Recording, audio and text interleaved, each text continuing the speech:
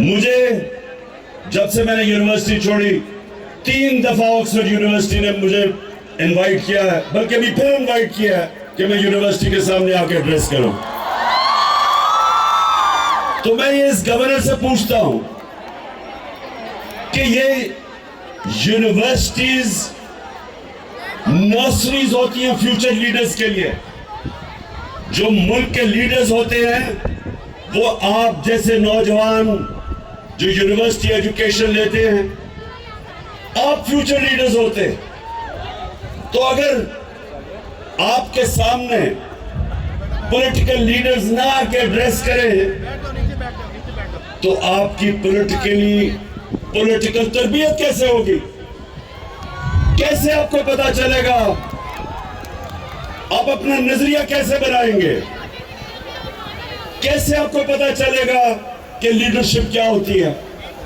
क्योंकि आपने इंशाअल्लाह इस मुल्क के फ्यूचर लीडरशिप मेरे सामने बैठी हुई है। सो गवर्नर, खुदा के वास्ते इन चोरों की बातें ना सुनो जो ऊपर बैठे हुए हैं। इमरान खान को यह कौम 50 साल से जानती है और मैं अपने फ्यूचर लीडर्स के सामने अगर आके बात करूंगा तो मुल्क की बेहतरी की बात करूंगा, इनकी बेहतरी की, इनकी तरबियत की बात करूंगा। और आपकी एक तो ये जब भी ये सारा जो चोरों का टोला ऊपर आके बैठ गया है, जब ये मेरा नाम सुनते हैं तो इनकी कांपें टांगनी शुरू हो जाती है। और ये गवर्नर की भी कांपें टांगी कि उसने वाइस चांसलर को कहा कि जनाब इमरान खान को ना बुलाओ। सबको बुलाना चाहिए। मैं चाहता हूं कि कांपे टांगने वाला बिलावल भी आपके सामने खड़ा हो। ये और बात है कि वो आधी उर्दू आधी अंग्रेजी और वो कह कुछ ना होगा, मतलब कुछ और समझ आ जाएगी आपको। वो कई दफा उसको यही नहीं पता चलता कि वो करता है या करती है। और दूसरी तरफ अगर शहबाज शरीफ आया तो मैं आपको यकीन दिलाता हूं कि वो आपसे पैसे मांगने शुरू कर देगा। बहुत बड़ा फिलोसोफर एरिस्टोटल ने आज से 2500 साल पहले एक बात कही थी। गौर से जरा मेरी बात सुने, वो क्या कही थी? उसने कहा था कि अगर एक माशरे में नाइंसाफी हो, जुल्म हो, तो सारे माशरे के शहरी राय हक के लिए खड़े होंगे, इंसाफ के लिए खड़े होंगे। और जब एक इंसान हक के लिए खड़ा होता है तो वो पैगंबरों का काम करता है। सारे अल्लाह के जो पैगंबर थे सब राय हक और इंसाफ के लिए खड़े हुए थे। हमारे नबी सल्लल्लाहु अलैहि वसल्लम मक्का के जो कुफार थे, जो जुल्म करते थे, जिन्होंने आजादी राय, जो अपनी आजादी राय लेके निकले थे, हमारे नबी सल्लल्लाहु अलैहि वसल्लम उन्होंने रोक दिया था, तशद्दुद किया था लोगों पे। वो उसके लिए खड़े हुए थे। जो हजरत मूसा थे वो फिरौन के जुल्म के खिलाफ खड़े हुए थे। हजरत इब्राहिम नमरूद के खिलाफ खड़े हुए थे। हजरत ईसा रोमन इंपीरियलिज्म और जो यहूदी एलीट थी उसके खिलाफ खड़े हुए थे। सब इंसाफ के लिए खड़े हुए थे। तो 2 किस्म के पॉलिटिशियन हैं। एक पॉलिटिशियन है जिसको दुनिया हकारत से देखती है, अवाम का नाम लेके इक़्तिदार में आता है और उसी अवाम को लूटना शुरू कर देता है, झूठ बोलता है अवाम से। इनको लोग हकारत से देखते हैं। और दूसरा पॉलिटिशियन कायदे आजम मोहम्मद अली जिन्ना।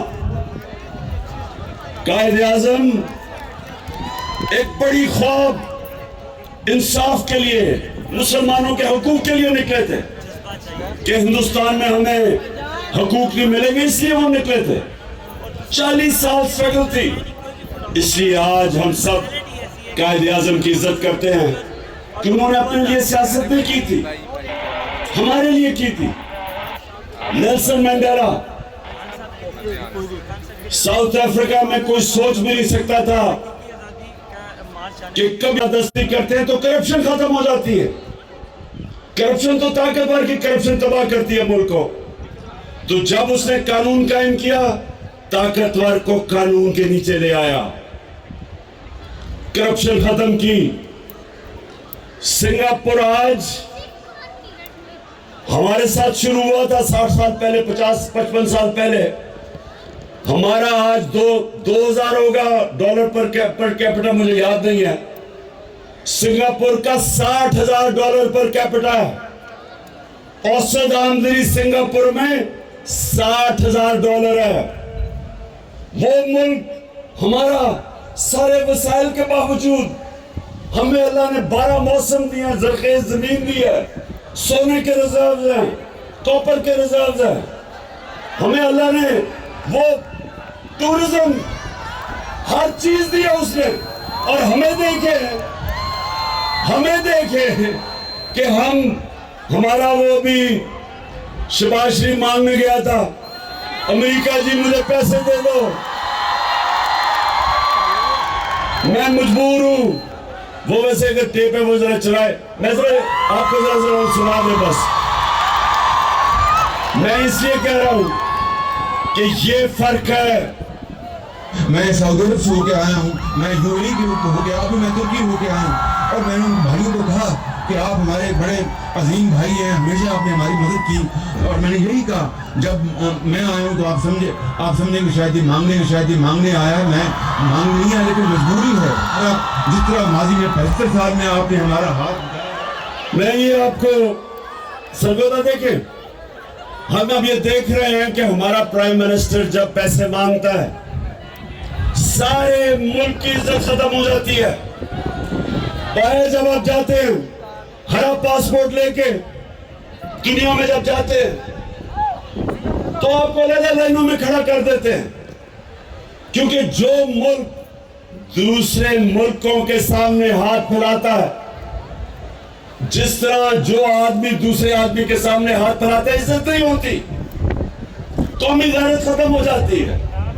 तो मैं जो आज आपको खास तौर पे, मैं सरगोदा यूनिवर्सिटी खास तौर पे जो मैं आपके पास आया ये बताने के लिए कि देखें, अगर हम ये समझते हैं कि ये मुल्क चल जाएगा, कि जेल भरे हो बेचारे गरीब लोगों से जो मजबूरी में चोरी करें, बेरोजगारी में, आजकल जो बिजली के, खास तौर पे मैं सरगोदा यूनिवर्सिटी खास तौर पे जो मैं आपके पास आया ये बताने के लिए कि देखें, अगर हम ये समझते हैं कि ये मुल्क चल जाएगा, कि जेल भरे हो बेचारे गरीब लोगों से जो मजबूरी में चोरी करें, बेरोजगारी में, आजकल जो बिजली के बिल हैं वो कौन दे सकता है?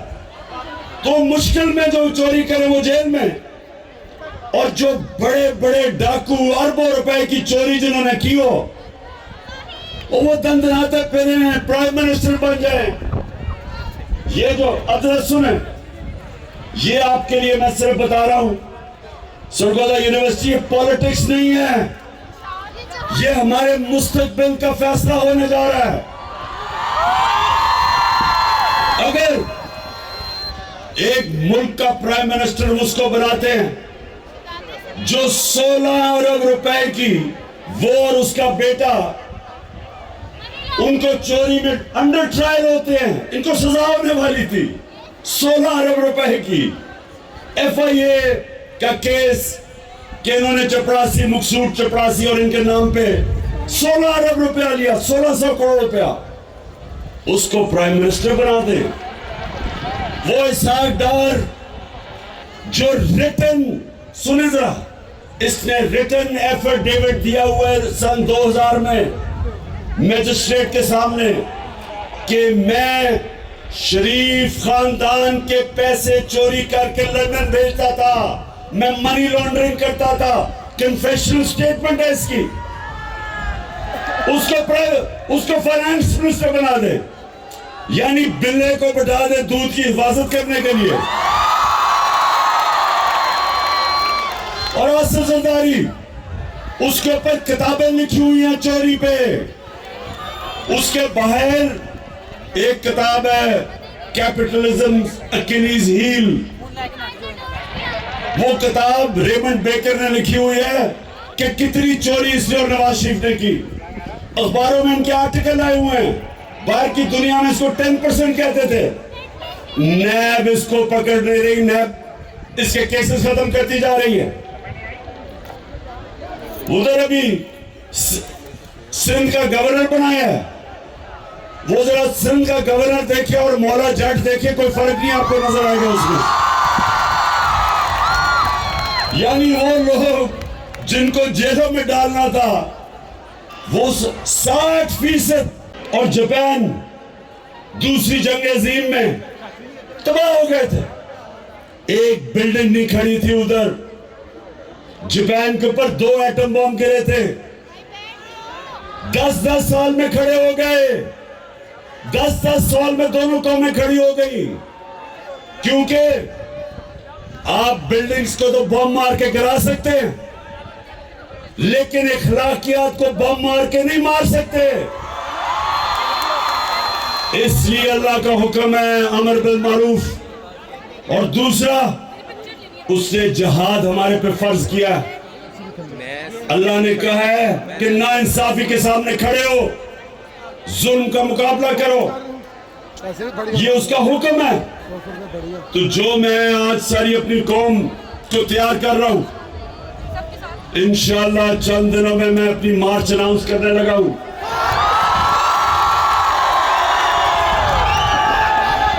और ये सियासत नहीं है, ये मेरे मुल्क के लिए हकीकी आजादी की जहाद है। मैं कभी, सुन लो, ये मेरा जो ईमान है, मैं समझता हूं कि इन चोरों की गुलामी से बेहतर यह है कि मैं मर जाऊं। मैं जीना नहीं चाहता। इंसान को मर जाना चाहिए बजाय इन चोरों की गुलामी करे, क्योंकि वो मौत है जो चोर जब ऊपर बैठ जाए कौम मर जाती है।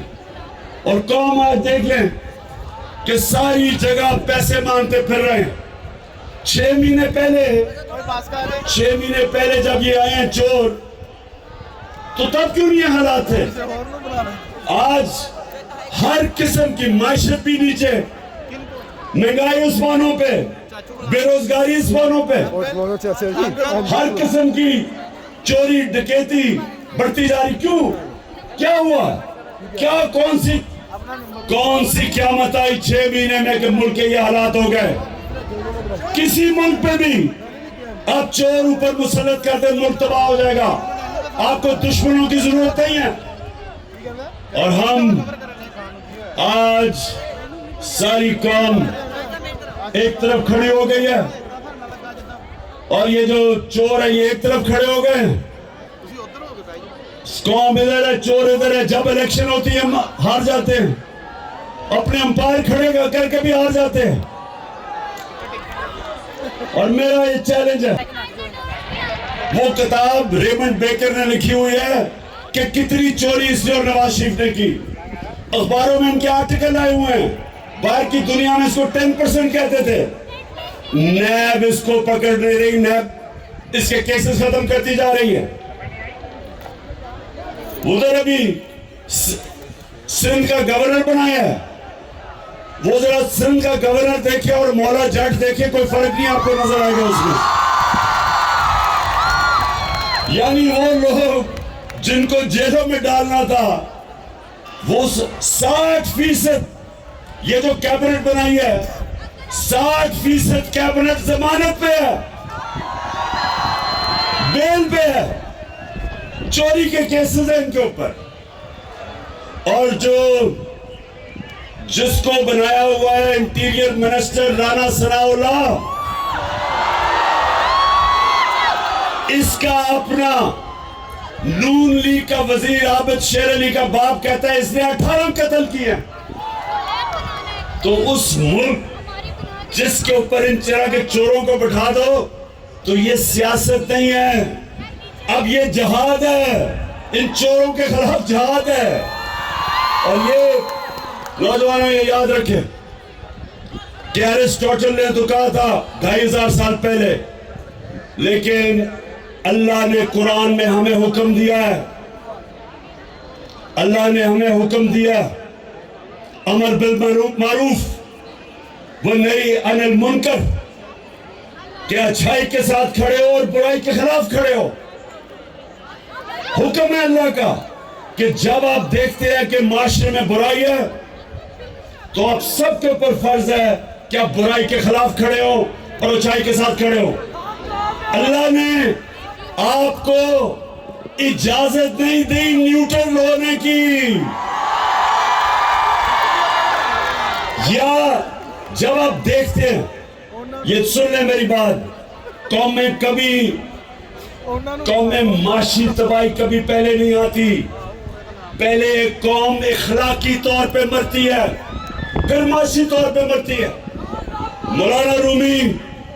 मौलाना रूमी से किसी ने पूछा कि मौलाना साहब कौम कैसे मरती है?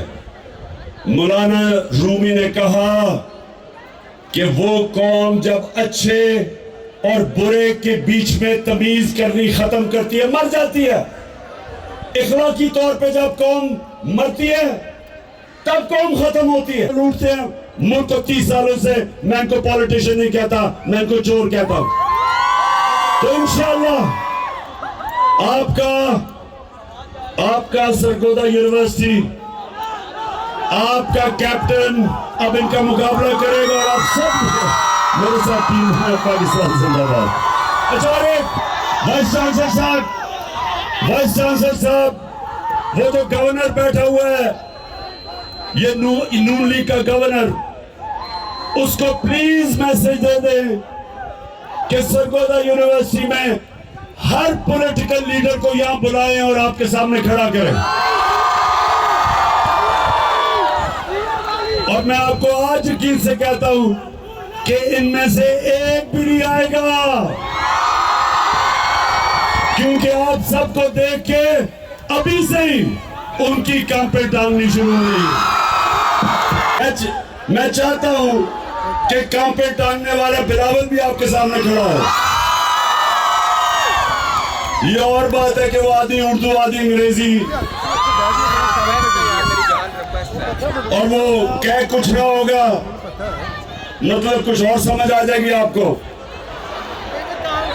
वो कई दफा उसको यही नहीं पता चलता कि वो करता है या करती है।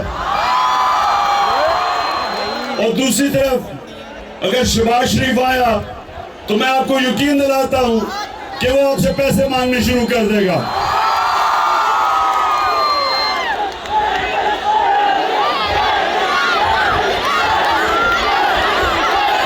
हाँ, और आप डीजल साहब को भी इनवाइट कर सकते हैं। यहां सबको आना चाहिए। डीजल बस सुन लो ना, मैं ये कह रहा हूं कि यूनिवर्सिटीज के अंदर सारे पॉलिटिकल लीडर्स को आके मौका मिलना चाहिए, अपना मौकफ रखे, क्योंकि आपकी ट्रेनिंग हो रही है। और इसलिए क्यों यूनिवर्सिटीज में मुल्क की फ्यूचर लीडरशिप यहां से जन्म लेती है। और दूसरी चीज, अच्छा जरा आपने देखें, आराम से आज आपने मेरी बात सुनी है, क्योंकि मुझे आपका जज्बा और जुनून में नोटिस कर रहा हूं, माशाल्लाह उबल रहा है। अच्छा आप सुन रहे हैं, देखें सरगोदा